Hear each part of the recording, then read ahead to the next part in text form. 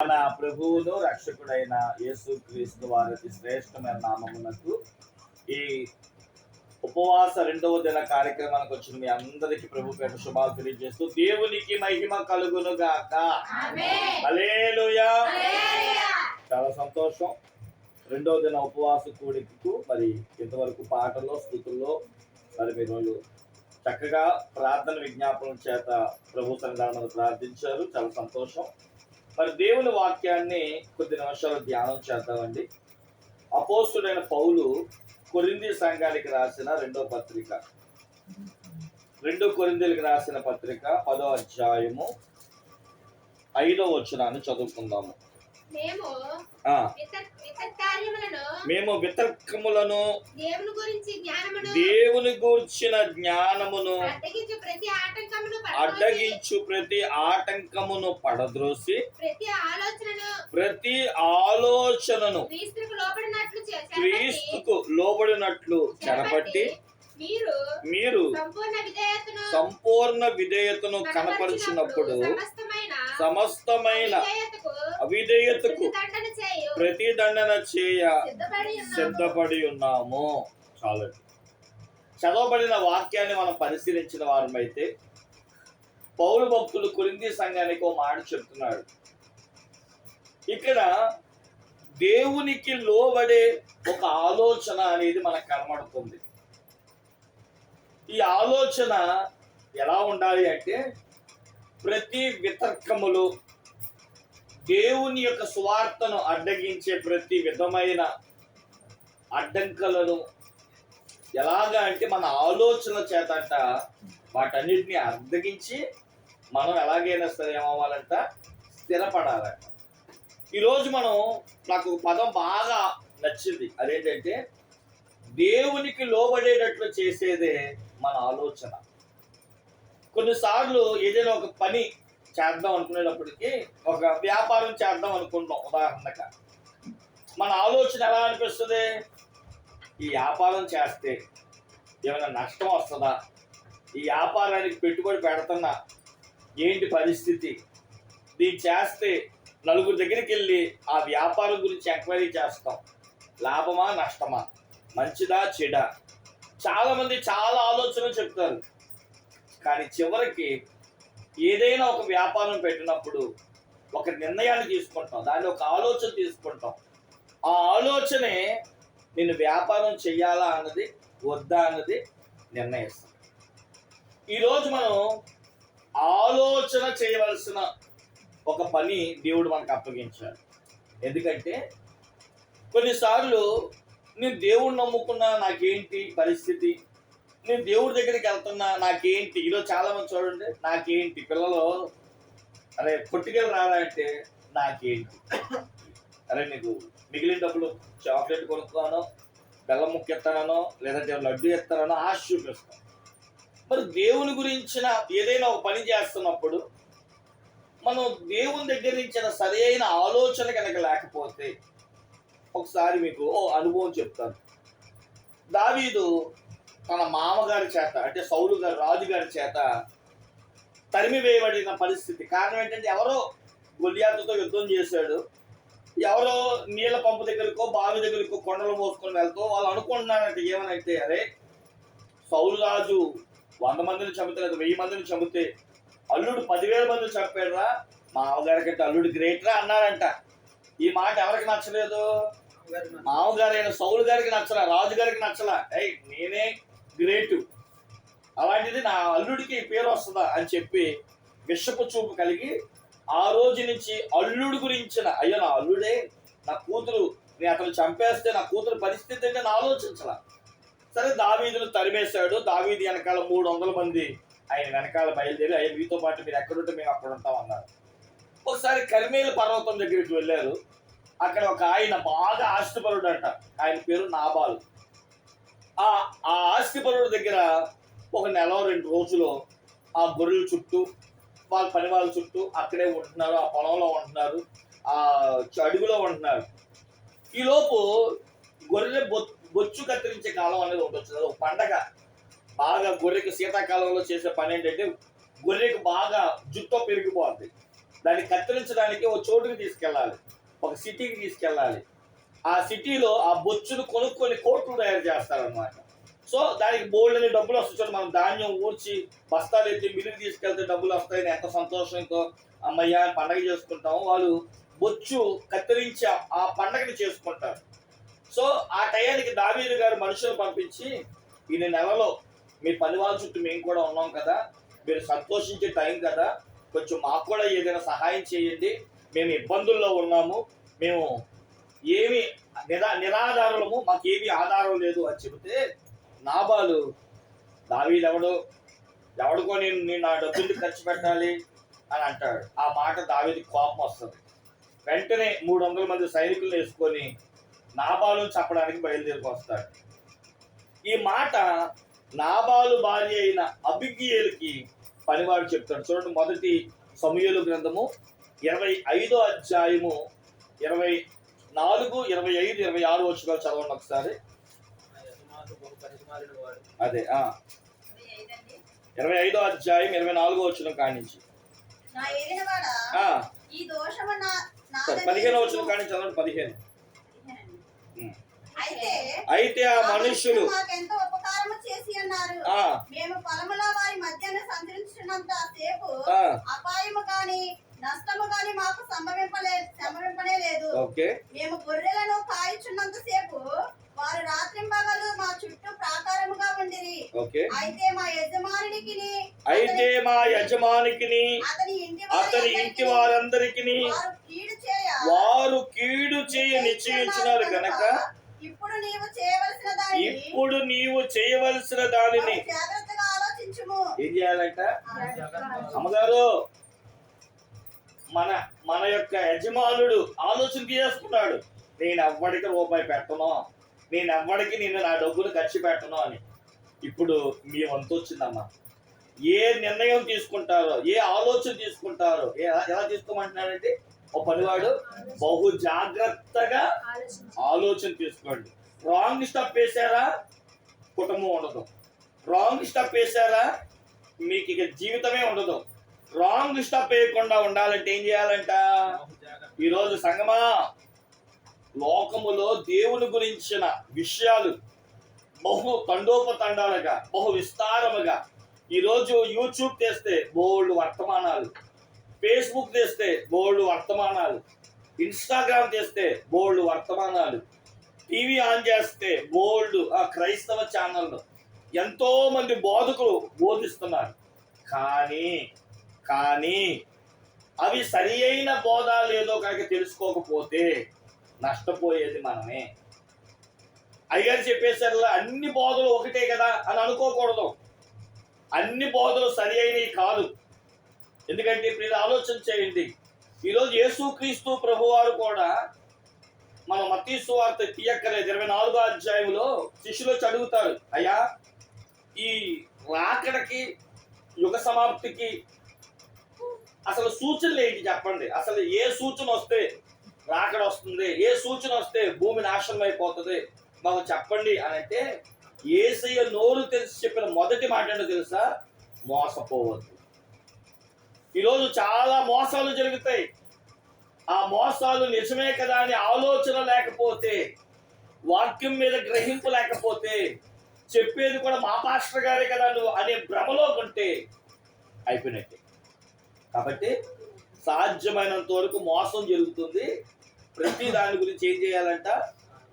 ఆలోచన చేయండి. కానీ మన ఆలోచన దేని గురించి ఉంటాయి?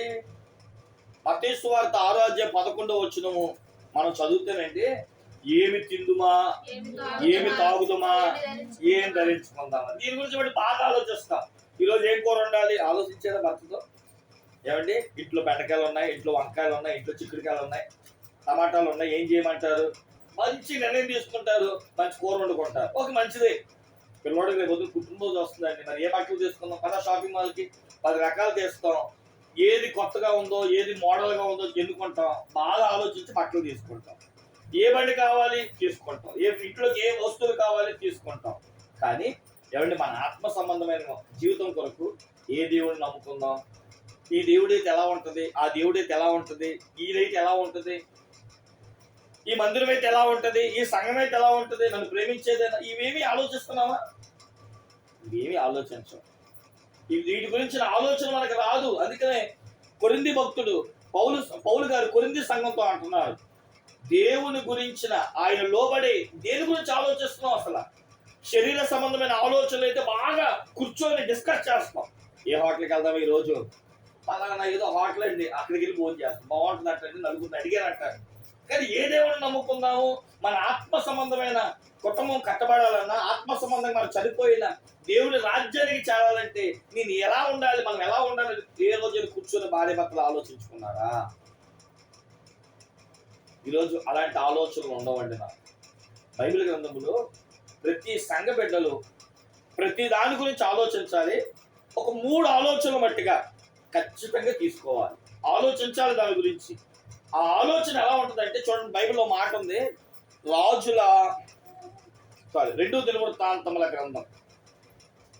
దినవృత్తాంతముల గ్రంథం 7వ అధ్యాయం 11వ వచనం. సొలొమోను గురించి చెప్తున్నారు. 7:11 సొలొమోను యెహోవా మందిరమునకు రాజనగరమును కట్టించి యెహోవా మందిరమందును తన నగరనందును చేయుటకు తాను ఆలోచించినదంతయు ఏ లోపము లేకుండా నెరవేర్చి ముగించెను. ఆలోచన ఉంటేనంట లోపం ఉండదంట. అర్థమవుతుందా? ఆలోచనలో లోపం లేకపోతే పని పూర్తి అవుతుందంట. మీకు అర్థమవుతుంది చిన్న లాజిక్. మనం ఏదైతే ఆలోచిస్తామో అది కరెక్ట్ అనుకోండి, ముగింపు ఉంటుంది. అనాలోచనగా చేసే పని చెప్పండి ఏమైపోద్ది? ఇప్పుడు మనం ఊరు వెళ్తున్నాం, సరిగ్గా ఆలోచన లేదు, ప్రిపేర్ అవ్వలేదు, ఏమవుతుంది?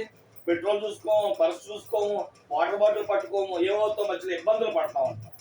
సొలొమోను అంట దేవాలయం కట్టేటప్పుడు కానీ తన కొరకు ఒక నివాసం కట్టుకునేటప్పుడు అంట లోపము లేని ఆలోచన ఉంది కాబట్టి ఆ పని చేసి ముగించును అని ఉంది. అంటే ఏదైనా ఒక దానికి ఏముండాలి? ఖచ్చితంగా ఒక మనుషుడి కంటే లోపము లేని ఆలోచన ఉండాలంట. మన ఆలోచనలు ఏముండకూడదు చెప్పండి? లోపాలు ఉండకూడదు. మరి ఈరోజు మన ఆలోచనలో లోపాలు ఎందుకు వస్తున్నాయి అంటే మనం ఆలోచించట్లే, అంతే. అందుకని దేవుడు అన్నాడు, సంగమా ఆలోచించండి. మనం ఏ విషయంలో బాగా ఆలోచించుకోవాలి అని ఒక అనుకుంటే ప్రియులారా, నేటి క్రైస్తవ సమాజంలో ఖచ్చితంగా 3 విషయాల్లో మట్టుగా, అంటే చాలా విషయాలు ఉంటాయి, మనకున్న సమయాన్ని బట్టి ఒక 3 విషయాలు చెప్తాను. దీని గురించి అయితే ఖచ్చితంగా ఆలోచిద్దాం. మొట్టమొదటిది ఏబు గ్రంథము 36వ అధ్యాయం 22వ వచనం. ఏబు గ్రంథం 36:22. ఆలోచించుము, దేవుడు శక్తివంతుడై ఘనత వహించిన వాడు, ఆయన పోలిన బోధకుడెవడు. ఇక్కడ మనం గమనించాలి అనుకుంటే, ఇక్కడ మనం ఏం రాసుకుందాం? మూలవాక్యం అయితే దేవుని యొక్క పోలిన బోధ గురించి ఆలోచించాలంట.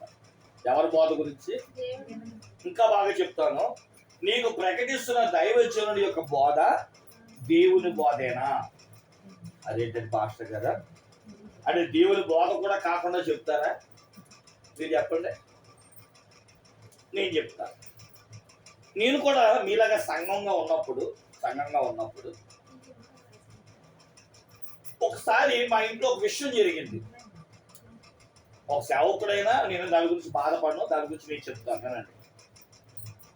మా కైకలూరులో ఉన్న మా చర్చి దేవుని మందిరానికి ఇచ్చేసాం.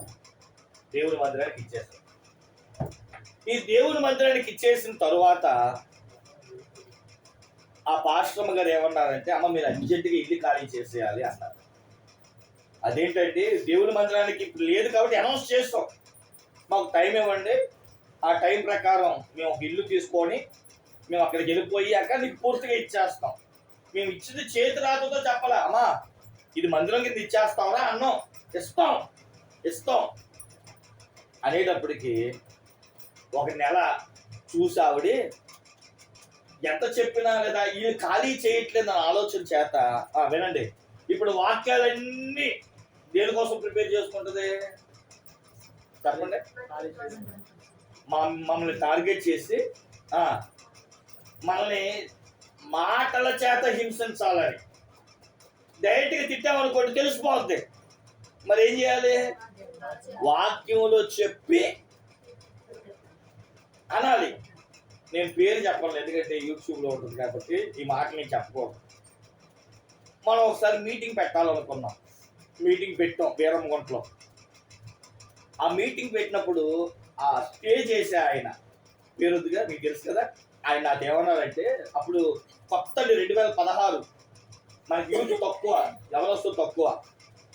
నేనే ఆయనకి సహాయం చేస్తామంటే, మాస్టర్ గారు ఏంటండి మీరు సహాయం చేస్తున్నారు, మీకు యూత్ లేరా? అయ్యా లేరయ్యా, మా సంఘం కూడా చిన్నదయ్యా అంటే, మీరండి మీ సంఘాన్ని మ్యానిపులేట్ చేయాలండి అన్నాడు. ఏం చేయాలంట? మ్యానిపులేట్ ఏంటయ్యా అన్న, మీరు వాక్యం చేస్తారంటే వాళ్ళు పిండియాలండి, వాళ్ళు వాక్యం చేస్తారంటే వాళ్ళు దేవుళ్ళు తిప్పియాలండి, వాక్యం చేస్తారంటే వాళ్ళని ఏం చేయాలంటే వాక్యం చేత. ఈరోజు చాలా చోట్ల జరిగే పని ఏంటంటే, సంఘాల్లో వాక్యాన్ని అడ్డు పెట్టుకొని ఏంటప్పుడు మాటలతో వాళ్ళకి కావలసిన లబ్ధిని, వాళ్ళకి కావలసిన అవసరాలని, వాళ్ళకి కావాల్సినట్టుగా మనుషుల్ని. ఒక దైవజనుడికి నేను చక్కగా బాధపడుతుంది దాని గురించి. కానీ ప్రభు ఈరోజు మీతో మాట్లాడాలనుకుంటున్న మాట ఏంటంటే, మీ దైవజనుడు చెప్పే వాక్యమే కాదంటలా, కానీ అది మిమ్మల్ని మార్చేటట్టుందా, లేదా మిమ్మల్ని రాచి రంపాలు పెట్టి మిమ్మల్ని దగ్గర నుంచి ఏదో పొందేయాలి, మీ దగ్గర నుంచి ఏదో లాక్కోవాలి అన్నట్టుగా ఉందా? లేదో కొంచెం ఖండించినా, ఆయన మాటలు కొంచెం బాధ పెట్టినా, నా ఆత్మ సంబంధమైన జీవితము ప్రభు దగ్గరికి నడిపించాలి, పరలోక రాజ్యానికి చేర్చాలి, కేవలం దైవజనుడు బోధ నన్ను ప్రభు కోసం నిలబెట్టాలని తాపత్రపడే బోధ, లేదా ఆయన ఏదో ఆస్తులు సంపాదించుకోవాలి, అంతస్తులు సంపాదించుకోవాలి, తను ఏదో గొప్పోడైపోవాలి అన్నట్లు బోధ. మీ సేవకుడు గురించిన ఆలోచన మీకు ఉండాలి. చెప్పండి, దేని గురించి ఆలోచన అంటే అర్థం ఏంటి? నన్ను గురించి ఆలోచించాలి. ఎవరి గురించి ఆలోచించాలి? ఈరోజు అయ్యగారు వాక్యం చెప్తుంది, ఆయన లబ్ధి కోసమా, ఆయన అవసరాల కోసమా, లేదా వాక్యములో ఉందిగా. అపోస్తుల కార్యం 17వ అధ్యాయంలో చక్కని మాట ఉంది. అపోస్తుల కార్య గ్రంథం 17వ అధ్యాయం. మీకు చాలాసార్లు నేను ఆ వాక్యాన్ని చూపిస్తూనే వస్తున్నా. ఏమని అంటే, ఒక సంఘం ఉందంట పౌలు గారి దగ్గర. 11వ వచనం చదవండి. ఎందుకని? వారంట ఆసక్తితో వాక్యమును అంగీకరించి పౌలు సేవయు చెప్పిన సంగతులు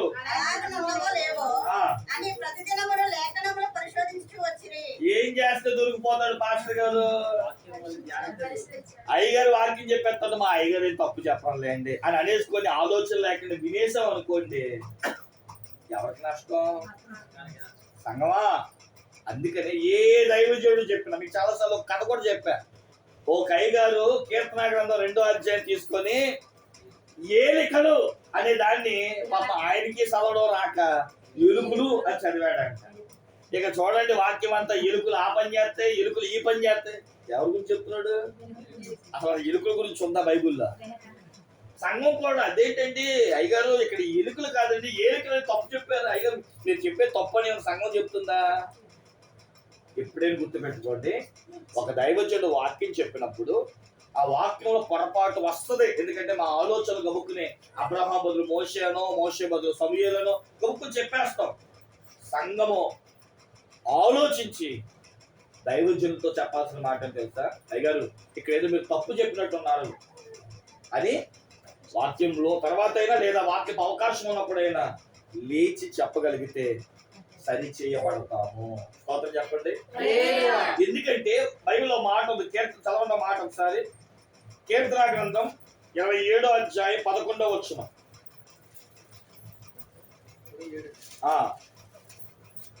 దేవుని పోలిన బోధ ఎలా ఉంటుందో నీ మార్గములు నాకు బోధింపుము.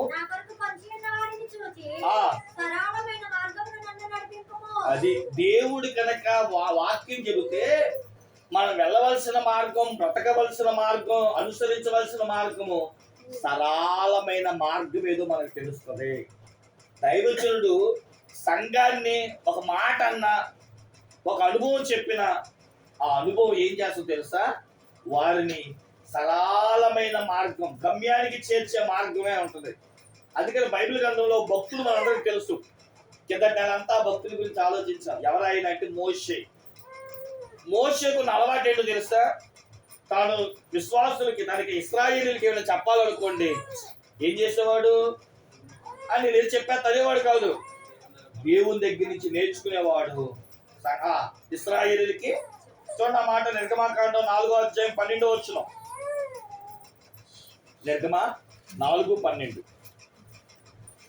కాబట్టి వెళ్ళుము నేను నీ నోటికి తోడేయండి. నువ్వు ఏమి పలకవలసినది, నీవు ఏమి పలకవలసినది నీకు బోధించదురని. ఎవరు బోధించాలంట? సేవకుడు నిలబడిపోయి నుంచి వాక్యం చెప్పేస్తారంటే కాదు. సేవకుడు యొక్క మాట దేవుని మాట ఉండాలి. సేవకుడు, దైవజనుడు దేవుని దగ్గర నుంచి నేర్చుకోవాలి. తాను దేవుడి దగ్గర నుంచి నేర్చుకొని సంఘానికి, ఇశ్రాయేలీయులకి, తన ఎదుటిన్న జనులకు ఒక నాయకుడు ఎప్పుడూ కూడా ప్రియులారా నాయకత్వం చేసినప్పుడు ఆ నాయకత్వం సరి అయినదైతే ప్రజలు క్షేమంగా ఉంటారు.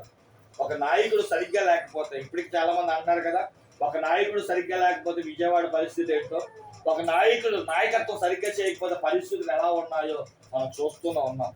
ఏమండి, దీనివల్ల నష్టమేమీ లేదు. మా అయితే డబ్బు కోల్పోతామేమో, పని కోల్పోతామేమో, వస్తువులు కోల్పోతామేమో, కానీ దైవజనుడు చెప్పే మాట అది దేవుని మాట లేదో అని కనిపెట్టకుండా అనాలోచనగా ఉంటే సంఘము పరలోక రాజ్యానికి వెళ్ళడం నష్టపోతాం, దేవుని రాజ్యానికి వారసులు కాకుండా నష్టపోతాం. అందుకని బైబిల్ చెప్తున్న మాట ఏంటో తెలుసా? ఏం చెప్తున్నాయా అంటే, యేసు క్రీస్తు ప్రభువారు బోధించినట్లుగానే మా దైవజనుల బోధ పరలోక రాజ్యాల గురించే ఉన్నాయా? ఈరోజు అయ్యగారులు ఏం చెప్తున్నారు? బ్రతుకు మార్చుకోమని చెప్పట్లే. ఎక్కడ మీరు ఎప్పుడైనా గమనించండి, సంఘాల్లో బ్రతుకు మార్చుకోమని చెప్పట్లా. మా హోలీ ల్యాండ్కి డబ్బులు ఇవ్వండి, మీ దేవుడు ఆశీర్వదిస్తాడు. ఏంటంటే డబ్బులు ఇవ్వండి, మా మందిరానికి రండి, ఇవే చెప్తున్నారే తప్ప ఇలా మారండి, ఇలా బ్రతుకు మార్చుకోండి, పాపాన్ని వదిలిపెట్టండి, ప్రభు కొరకు నిలబడండి, ప్రభు కొరకు సహాయం చేయండి, ప్రభు కొరకు మీరు ఏదైనా అనుగ్రహించండి, ప్రభు దగ్గర మీరు పశ్చాత్తాపడండి, ఇలాంటి వాక్యాలు కరువు అయిపోతున్నాయి. పశ్చాత్తాపాన్ని నడిపించే వాక్యాలు, ఏమండి మనస్సాక్షి చేత గద్దించే వాక్యాలు ఉన్నాయి. ఈరోజు మన సంఘాల్లో కూడా ఒక ఆయన చెప్పాడు, పాస్టర్ గారు ఓ జోక్ వేయండి. ఏంటంట వాక్యాలు ఏం చేయాలంట? ఓ జోక్ అంట, ఓ పెట్టకథ చెప్పాలంట, ఓ కథలు చెప్పండి. అదాక ఎప్పుడు చూసినా పాపాన్ని విడిచిపెట్టు, దేవుడి దగ్గరికి రా. నేను రావట్లేదు ఏంటండి, కానీ టీవీ మట్టుకు మాట్లాడండి అంతేనండి, సిగరెట్ మట్టుకు కాలుతున్నామండి అంతేనండి, అదే పెద్ద పాపం కాదండి అంటున్నా. ఈరోజు దేవుని సేవకుడు చెప్పాల్సిన బోధ సరి అయిన రీతిలో, అందుకని బైబిల్ చెప్పాడు, మీరు ఆలోచించండి, దైవజనుడు దేవుని పోలి ఉన్నాడా? కేవలం బోధే కాదు, దైవజనుడు కూడా ఎలా నడుస్తున్నాడు, ఆయన నడవడికి ఎలా ఉంది. ఈరోజు దైవజనుల గురించి చెప్పాలి అంటే చాలా విషయాలు ఉన్నాయి, కానీ సమయం లేదు కనుక క్లుప్తంగా చెప్పే మాట ఏంటంటే, ఈరోజు మీ దైవజనుల గురించి ఆలోచన చేయండి. కేవలం మా అయ్యగారికి నేనేం చేయాలా అని ఆలోచిస్తున్నారు, తప్పులేదు. దైవజనుడికి ఏం పెట్టాలని ఆలోచించే మీరు, నా దైవజనుడికి నేను ఇవ్వడం వల్ల నేను ఆశీర్వదించబడుతున్నానా, నా దైవజనుడి యొక్క బోధ నన్ను పరలోక రాజ్యానికి నడుపుతుందా అని ఏం చేయాలంట? ఇర్మియా గ్రంథం 17:22 చదవండి.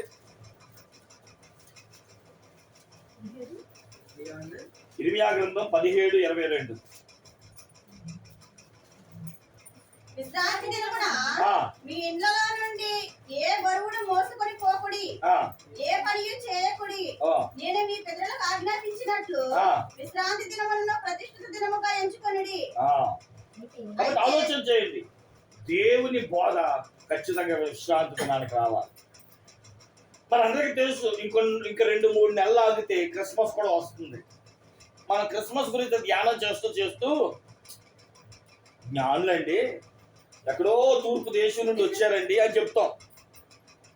ఆ జ్ఞానులను పిలువబడుతున్న వాళ్ళ గురించి బైబిల్ ఏం చెప్తుందంటే, వారంట 2 సంవత్సరాలు నడిచొచ్చి ఏమిటి హేరోదు దగ్గర ఎందుకంటే రాజుగా పుట్టబోతున్నాడు అని చదివారు కాబట్టి వాళ్ళ లేఖనాలు. దేవుడి యొక్క గ్రంథమైన అనగా ఆలోచన చేయని ప్రియులారా, బైబిల్ ఏం చెప్తుందంటే ఆయన హేరోదు యొక్క రాజుగా పుడతాడేమో, రాజుగారి ఇంట్లో పుడతాడేమో అనుకుని రాజుగారి దగ్గరికి వచ్చారు. ఈయనేం చేస్తాడు, కలవరం చెందిన బయటపడకుండా ఏమంటున్నాడంటే మీరు వెళ్ళి ఆయన్ని ఆరాధించండి, మళ్ళీ వచ్చి నాకు చెప్పండి అని అంటాడు. జ్ఞానులు ఏమనుకున్నారు, నిజమేమో బాగా ఆరాధించేస్తాడేమో అని ఉద్దేశంతో వెళ్ళారు. శిశువు నమస్కరించారు, పూజించారు, పెట్లు విప్పారు, కానుకలు ఇచ్చారు. వీళ్ళ ఆలోచన ఏంటంటే వెళ్దాం, ఇది రాజుగారికి చెప్తాం అని అనుకుంటుండగా బైబిల్లో మాట అంటుంది చూడండి. మత్తయి సువార్త 2వ అధ్యాయం 12వ వచనం. 2:12. హేరోదు నొద్దకు వెళ్ళవద్దని ఎవరు చెప్తే విన్నారండి వాళ్ళు? దేవుని చేత బోధన. ఇది ఈ రోజు మన అంశం ఏంటి? మొదటగా మీ దైవజనుడు చెప్పే బోధ దేవుని బోధేనా, దైవ సంబంధమైన బోధేనా, నిన్ను నన్ను పరలోకానికి తీసుకెళ్లే బోధేనా, లేదా ఆయన లబ్ధి కోసం చేసే బోధేనా అన్న విషయాన్ని ఈరోజు ఆలోచించాలి. ఇది దీని గురించి ఆలోచించలేదా సంగమం ఏమవుతుందో చెప్పండి, నష్టం అయిపోతాం. మనమే నాశనాన్ని కోరి తెచ్చుకోండి. ఎందుకంటే దైవజనుడు లబ్ధి పొందుతున్నప్పుడల్లా ఏం చెప్పడు, తీర్పుల గురించి చెప్పడు, దేవుడు తీర్పు తీరుస్తాడమ్మా, బ్రతుకు మార్చుకోండమ్మా అని చెప్పడు. మనం ఏం చేస్తాం, అయ్యగారు చెప్పలేదు కాబట్టి మీకు చేయాలి. కాబట్టి పరలోక రాజ్యానికి ఆయన ఎవడు? యేసుక్రీస్తు ప్రభు వారు 7 సార్లు అయ్యో అని అన్నారు. మత్తయి సువార్త మనం చదువుకుంటే ప్రియులారా 11వ అధ్యాయం అనుకుంటా, లేదా మత్తయి సువార్తలోనే 3 సువార్తలోనే ఉంటాయి. అందులో 7 సార్లు అయ్యో అని అన్నారు. అందులో ఒకటేమన్నా తెలుసా? ఒకసారి చూద్దాం మాట ఒకసారి చూడండి, మీకు ఎక్కడైనా ఈ సువార్తలో ఉంటది. 5వ అధ్యాయం అమ్మా, 12వ అధ్యాయమా? ఓకే రైట్, చాలా బాగా కనిపెట్టారు.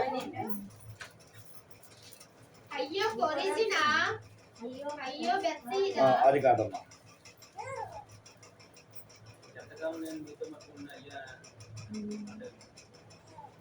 ఆ అధ్యాయం అంతా కూడా అయ్యో అయ్యో అయ్యో అని అంటూనే ఉంటారు. 11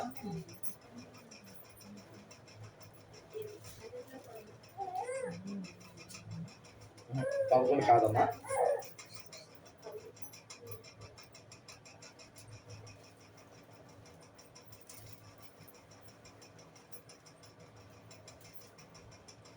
మత్తయి సువార్త 23.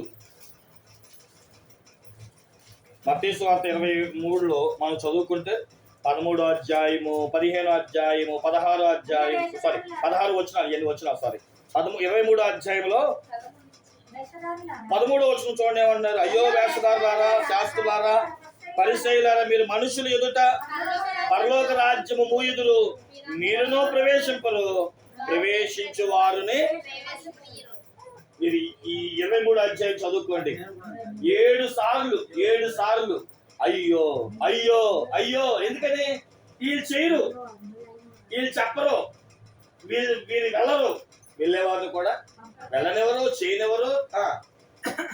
కాబట్టి ఇవి మనుషులు బోధించేవి, మనుషులు పెట్టే ఆటంకాలు. ఈరోజు మనం నేర్చుకునే మొదటి మాట ఏంటంటే మీ దైవజనుని గురించి ఆలోచన చేయండి. ఆయన బోధ దేవుని పోలిన బోధేనా? నిజంగా ఆయన చెప్పే వాక్యాలు దేవుని దగ్గర నుంచి నేర్చుకున్న వాక్యాలాగే అనిపిస్తున్నాయా, లేదా ఈయన ఏమైనా? చూడండి, ఈరోజు బోధ మీరు వింటే అర్థమైపోతుంది. అందుకని బైబిల్ ఏమంటుందంటే దేవుని గురించిన ఆలోచన మీకు ఉంటే చెప్పే దైవజనుడు ఏమండి కావాలని మెప్పు కోసం చెప్తున్నాడా, లేదా బ్రతుకు మార్చుకోవడానికి చెప్తున్నాడా, లేదా ఏమండి మనుషుల దగ్గర మెప్పు ఘనత కోసం చెప్తున్నాడా, ఏదో చెప్తున్నాను కదా మీరు వింటున్నారుగా అని చెప్తున్నారా అనే ఒక ఆలోచన ఉంటే ఆ ఆలోచన ప్రకారం ఆ బోధ ఏమిటో నిర్ణయించుకుంటే మన జీవితాలు స్థిరపడతాయి. అందుకని ఏం భక్తుడు అంటాడు, యేసును పోలిన బోధ మీ దైవజనుడి బోధేనా, దాని గురించి ఆలోచించండి. ఇది మొదటి అనుభవం అన్నమాట. ఈరోజు మీ దైవజనులను కనిపెట్టండి, ఆయన బోధను లక్ష్య పెట్టండి, గ్రహించండి. ఆలోచించి మంచి నిర్ణయం తీసుకుని అసలు ఉండాలా, ఈ దగ్గర ఉండాలా, వెళ్ళిపోవాలా. నేనే చెప్తాను. నా బోధ ఏనాడైనా సరిగ్గా లేదు అనుకుంటే మందిరంలో ఉండక్కర్లా. నా దగ్గర నుండి చెడిపోయేదానికంటే మంచి మందిరానికి వెళ్ళి మాట్లాడరమ్మా, బాగుపడండి, తప్పే ఉంది. నా దగ్గర నుండి దేవుడు సరిగ్గా వాక్యం లేక అవగాహన లేకపోతే నా దగ్గర ఉన్న ఉపయోగం ఏముంది? మీరు నష్టపోయేదానికంటే అయ్యగారికి బాయ్ చెప్పి ఇంకో మందిరం చేసి చెప్తారు. ఎవరైనా అలాగా? నేను ఎప్పుడు ఒకటే చెప్తా, నా దగ్గర దేవుని వాక్యం ఉంటే సంఘం నన్ను ఎత్తుక్కుంటూ వస్తారు, నా దగ్గర లేకపోతే కలిగిన వాళ్ళ దగ్గరికి వెళ్తారు. దేవునికి స్తోత్రం చెప్పండి. అలా తెగించి చెప్పగలగాలన్నమాట. ఇక రెండో అనుభవం దగ్గరికి వస్తా. రెండోది ఎస్తేరు గ్రంథం 4వ అధ్యాయం 14వ వచనం. ఇక్కడ మొర్దెకై ఎస్తేరుకు ఒక కౌరు పంపించాడు. నీవు ఈ సమయమందు ఏమీ మాట్లాడక మౌనముగా ఉన్న ఎడల యూదులకు సహాయమును విడుదలయు మరి యొక్క దిక్కు నుండి వచ్చిన గాని నీవు నీ తండ్రి ఇంటి వారు నశించుదురు. నీవు ఈ సమయమును బట్టి రాజ్యమునికి వచ్చితివేమో ఆలోచించుకోమని చెప్పమనేను. ఏమండి, ఫస్ట్ స్థానంలో ఎస్తేరు రాణి అయ్యింది. ఇప్పుడు రాణి అయిన స్థానంలో హామాన్ అనే వాడు వచ్చి మొర్దెకై నమస్కరించలేదని అసలు యూదులే లేకుండా చేద్దామని ఒక తాకీదును పుట్టించి రాజుగారు ముద్ర వేయించి పంపించాడు. రేపు ఇంకా మన మాటలో చెప్పాలంటే 10 నెలల్లో యూదులందరూ చచ్చిపోబోతున్నారు. దాని గురించి మాట్లాడమ్మా అని పినతండ్రి తన కూతురికి కౌరు పంపిస్తే ఆవిడేమో ఎలా డాడీ, నేను రాజుగారి దగ్గరికి ఎలా వెళ్ళను డాడీ అని వంకలు చెప్తుంది. అప్పుడు మొర్దెకై రోషంతో ఈ మాట అంటున్నాడు, ఆలోచించుకో. ఏమని ఆలోచించుకోవాలి? ఈ సమయమందు దేవుడు నిన్ను ఎక్కడెందుకు పెట్టాడో అని ఆలోచించు. నాకు ఇక్కడ బాగా నచ్చిన మాట ఏంటో తెలుసా? యూదుల సహాయమునకును విడుదలకును దేవుడు నేను ఎక్కడ పెట్టాడు. దీన్ని నేను ఇలా చెప్తే మీకు బాగా అర్థమైద్దేమో, దీన్ని వేరేగా అపార్థం చేసుకోవద్దు. దేవుడు నిన్ను ఈ పొజిషన్లో పెట్టాడంటే నేను ఇతరుల కొరకు ఏం చేయాలి, ఇతరులను ఎలా రక్షించాలి, దేవుడు నన్ను మంచి పొజిషన్లో పెట్టాడంటే ఇతరులకు సహాయం ఎలా చేయాలి అన్న దాని గురించి ఆలోచించాలి. నేను ఈ ఉదయకాల సమయం ముందు నాకు ఒక ఫోన్ కాల్ వచ్చింది. మన చర్చి మెంబరే చేశారు. మన చర్చి మెంబరే ఎవరో తెలుసా? అయ్యగారు విజయవాడ పరిసర ప్రాంతాల్లో జరుగుతున్న ఆ వరద పరిస్థితులు నేను గమనించాం కదండి. మన మందిరం తరపు నుంచి లేదా ఈ వీరమ్మగుంట తరపు నుంచి వరద బాధితులకు ఒక్క పూట అన్నం పెట్టాలనుకుంటున్నామండి, మరి చేయొచ్చు అంటారా అన్న. ఏం చేయాలంటే వరద బాధితులకు ఒక్క పూట అన్నం పెట్టడానికి అప్పుడు నాకు అనిపించింది ఈ వాక్యం ఏమో తెలుసా? ఎస్తేరుతో మాట్లాడినాడు. అమ్మ నువ్వు రాణి ఎందుకు అయ్యావంటే రాజుగారి దగ్గర దాని గురించి మాట్లాడడానికి, ఆ సమస్య తప్పించడానికి నువ్వు రాణి అయ్యావు. ఇందు నిమిత్తం నువ్వు రాణి అయ్యావు, సహాయం చేయడానికి నువ్వు రాణి అయ్యావు. అలాగే నేను అదే అన్నా, ఏమండి ఆపత్కాలంలో ఉన్న ప్రజలకు సహాయం చేయడానికి దేవుడు మనల్ని ఓ పొజిషన్లో పెట్టాడు. నిజమా కాదా? ఇతరులకు సహాయం చేయడానికి, ఇతరుల కొరకు మనకంటే మనకి మించిందైతే చేయలేం. ఇప్పుడు నేనున్నాను, అయ్యా ఇబ్బందుల్లో ఉన్నాము, ఆకలితో ఉన్నాము, ఆ వరద బాధితులకు ఒక 1000 రూపాయలు ఇవ్వండి అంటే పర్లా, ఓ 10,000 ఇవ్వండి అంటే కష్టం. ఓ 1000 రూపాయలు అంటే చెయ్యగలిగిన దానికి దేవుడు మన ఏం చేశాడు? ఒక పొజిషన్లో పెట్టాడు. ఏదైనా సహాయం ఒకసారి ఇంకో మాట కూడా చెప్తా. ఒకసారి అండి యేసేపు ప్రధానమంత్రి అయ్యాడు. అందరికి ధాన్యం ఇవ్వగలిగే స్థాయికి, అందరికీ ఆహారం పెట్టగలిగే స్థాయికి వచ్చేసాడు. అన్నలు కూడా వచ్చి నమస్కరిస్తే 2 సార్లు పంపించాడు. 3వసారి అరే నేనేరా మీ తమ్ముడిని, మీరు అందరు నా అన్నయ్యలు, మీరు ఎందుకు పసుపడాలి, వచ్చేయండి, ఇదిగో నాన్నగారి కోసం కూడా బండి పంపిస్తున్నానంటే నాన్నగారితో పాటు 70 మంది ఇశ్రాయేలీలు, అంటే ఆ 12 మంది వాళ్ళందరూ వచ్చేసారు. ఐగుప్తు ప్రాంతానికి 70 మంది వచ్చారని బైబిల్ చెప్తుంది. ఈ 70 మంది వచ్చారు, వారికి గోషెను ప్రాంతాన్ని ఇచ్చాడు. అయితే యాకోబు చచ్చిపోయాడు. మీకు ఆదికాండం 50 అధ్యాయం చదివితే అర్థమైంది. యాకోబు చచ్చిపోయాడు.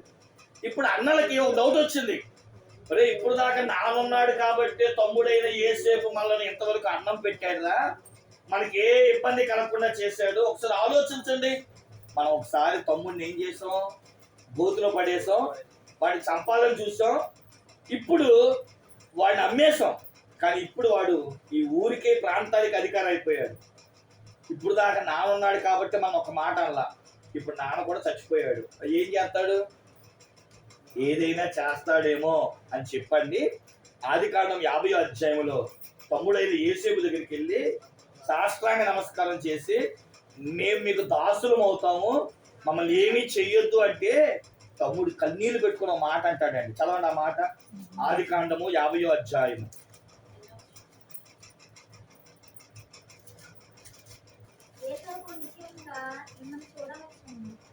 ఆదికాండము 50వ అధ్యాయం 18వ వచనం కానీ చదవండి. మరియు అతని సహోదరులు పోయి అతని ఎదుట సాగిలపడి, ఇదిగో మేము నీకు దాసులమని చెప్పగా యేసేపు భయపడకుడి, ఆయనకి అర్థమైపోయింది, భయపడకుడి, నేను దేవుని స్థానమందున్నానా, మీరు నాకు కీడు చేయు ఉద్దేశించితిరి గాని నేటి దినము జరుగునట్లు అనగా బహు ప్రజలను బ్రతికించినట్లుగా. మీరు నన్ను గుంటలో పడేసింది మీరు అనుకుంటున్నారా? మీరు నన్ను చంపాలనుకుంటుంది మీరు అనుకుంటున్నారా? దేవుడు ఆలోచించి ఒక రోజు వస్తుంది, యేసేపే ప్రధానమంత్రి అయితే బాగుంటది అని చెరసాలకు అప్పగించడానికి కానీ, గోతికి అప్పగించడానికి కానీ, ఏమండి నన్ను పలానా చోట ఇబ్బంది పెట్టడానికి కానీ దేవుడే నన్ను అప్పగించాడు. ఆయన ఒక ప్రణాళిక అనుకున్నాడు, ఆయన ఆలోచన చేశాడు, ఆయన ఆలోచన ప్రకారమే మీరు చేశారే తప్ప అని చెబుతూ, నేను మాటిస్తున్నా, నీకు కానీ నీ పిల్లలకు కానీ ఏ కీడు చేయను, వాళ్ళ కడుపు నిండా నేనే భోజనం పెడతాను. దేవునికి స్తోత్రం చెప్పండి. యేసేపు నుంచి ఒక పాఠం నేర్చుకోవచ్చు. అన్న మీరు ఆలోచన పెట్టుకోవద్దు, మీరు చేసింది కీడైనా అది నాకు మేలుకి. ఇప్పుడు ఎస్తేరు దగ్గర కూడా ఇదే మాట అంటున్నాడు, అమ్మా నిన్ను రాణి ఎందుకు చేసావు అంటే ఇతరులకు సహాయపడతావని. ఈరోజు మనకు దేవుడు మనకి ఇచ్చిన పొజిషన్ బట్టి మనం ఎంతవరకు సహాయకరంగా ఉన్నాం, మన ద్వారా ఎవరికి సహాయం చేయగలుగుతున్నాం, ఇతరులకు నేను ఏమైనా చేయగలుగుతున్నానా అని దాని గురించి కూడా మనం ఏం చేయాలంటే ఈరోజు ఆలోచించాలి. ఎస్తేరుతో ముందుగా చెప్తున్నాడు, అమ్మా ఈ రోజు ఈ పొజిషన్ మీకు ఎప్పుడో నేను మాట చెప్తా, మా అన్నయ్య ఎప్పుడో మాట అంటాడు, ఈ రోజు కానుక పెట్టులో ఒక 1000 రూపాయలు వచ్చినాయి అంటే ఏం చెప్పేది చెప్పండి?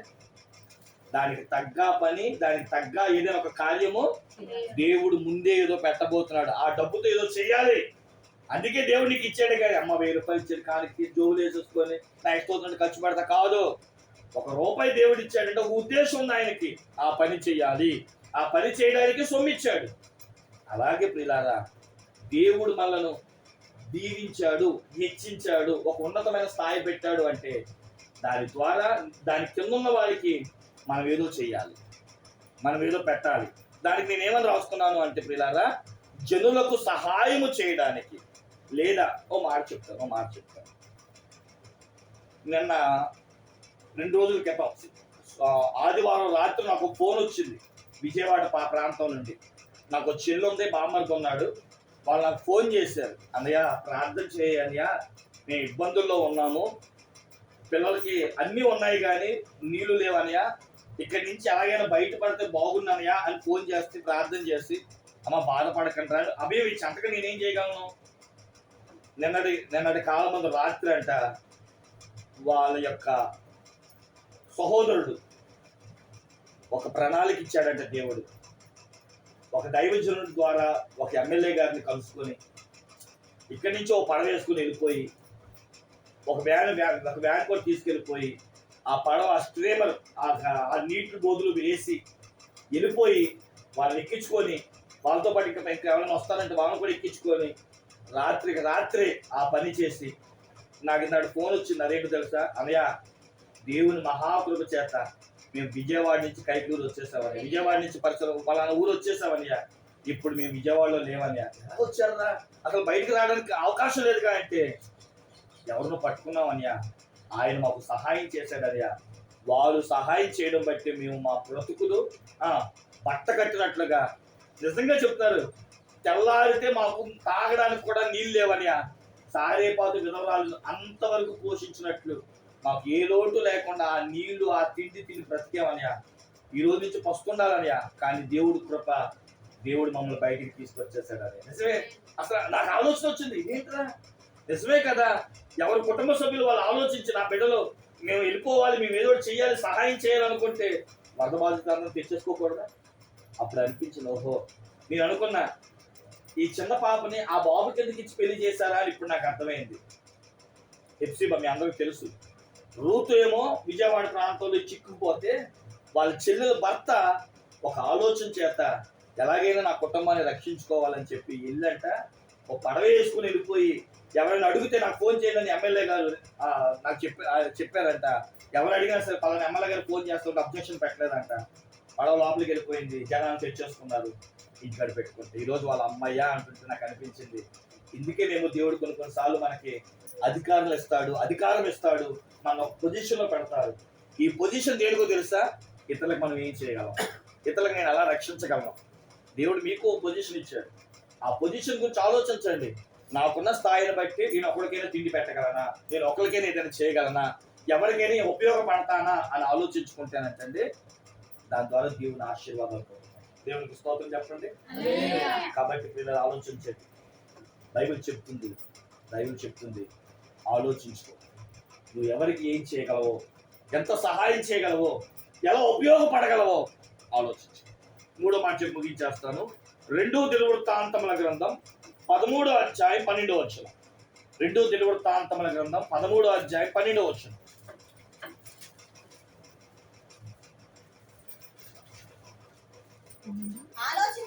ఆలోచించుడి. దేవుడే మాకు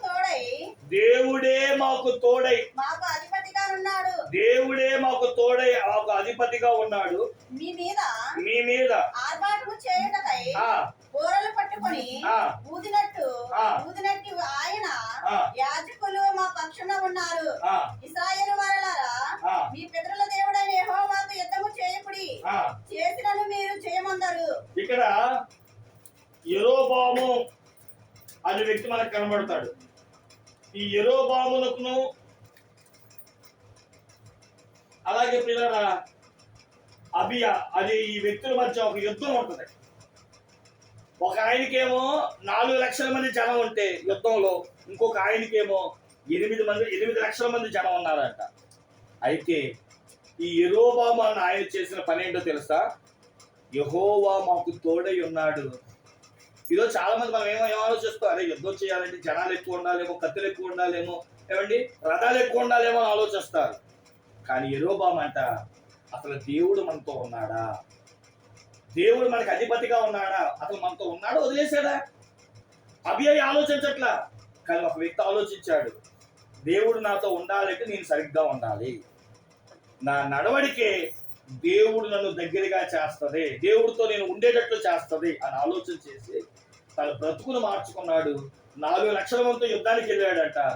4 లక్షల మందితో యుద్ధానికి వెళ్ళిన వ్యక్తి 8 లక్షల మందిని జయించి వచ్చాడట. దేవునికి స్తోత్రం చెప్పండి. ఆ వ్యక్తి చెప్తున్న సాక్ష్యం ఏంటయ్యా అంటే, ఆలోచించుకోండి, మేము కత్తులతో కాదు కటారాలతో కాదు వచ్చింది, దేవుడు మాకు తోడై ఉన్నాడని ఒకే ఒక్క కారణం చేత యుద్ధానికి వచ్చాం. యుద్ధానికి బయలుదేరుదాం. దేవుడు మనకు అధిపతిగా ఉంటాడు.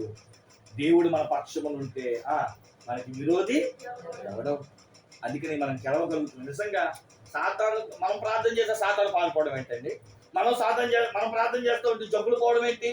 కారణం ఏంటంటే దేవుడు మనతో ఉన్నాడు అనుకోండి, అన్ని కార్యాలు మన జీవితంలో జరుగుతాయి. దేవుడు లేకపోతే ఏది మన దగ్గరికి రాదు. ఎందుకంటే యేసుక్రీస్తు ప్రభువారు కల్వరి శిలువలో నీ కొరకు నా కొరకు మరణించాడు. కాబట్టి దేవునికి లోబడుతున్న మనము, దేవుణ్ణి ఆచరిస్తున్న మనము శరీర సంబంధమైన వాటి గురించి ఆలోచించింది చాలంత వరకు. ఈరోజు నుంచి ఆలోచించాల్సింది, నేను వినే బోధ ఎలాంటిది, నీ సహాయం చేసే వ్యక్తులు ఎలాంటి వారు, 3వది నాతో ఉన్న దేవుడు తోడు ఎలాంటిది, ఆయన నాతో ఉన్నాడా లేదా ఆయన లేకుండా నేను నడుస్తున్నానా? మోషతో దేవుడు అంటాడుగా 33వ అధ్యాయం నిర్గమకాండంలో, నేను మీతో రాను ప్రభు, నేను రాను వెళ్ళిపోండి అంటే మోషే అంటాడు, లేదు ప్రభు నువ్వు రాకపోతే నేను అడిగి పెట్టను, సరే వస్తాను కదా. ఆయన వచ్చాడు కాబట్టి ఇశ్రాయేలు సర్వ సమాజము దేవుని యొక్క అడుగుల్లో నడుచుకుంటూ వెళ్ళారు. ఈరోజు ప్రియమైన దేవుని బిడ్డలారా, ఎన్నో విషయాలు ఆలోచిస్తున్నాం.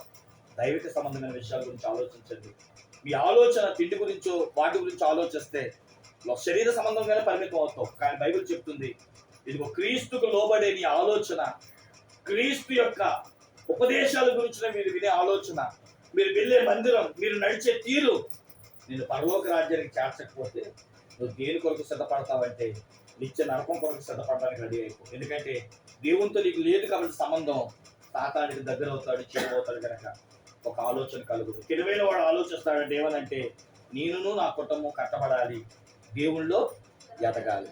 అతి ఆలోచన మనకు కూడా దేవుడు అనుగ్రహించి ఈ 2వ దిన ఉపవాస ప్రార్థన ద్వారా ఒక దైవికంగా ఒక మంచి బోధకుడి చేతిలో ఉంటూ ఆత్మ సంబంధంగా వర్ధిల్లుతూ దేవుని తోడుతో పరలోక రాజ్యానికి చేరే కృపా దేవుడు మనకు అనుగ్రహించిన గాక. తల వంచన ప్రార్థన చేసుకుందాం.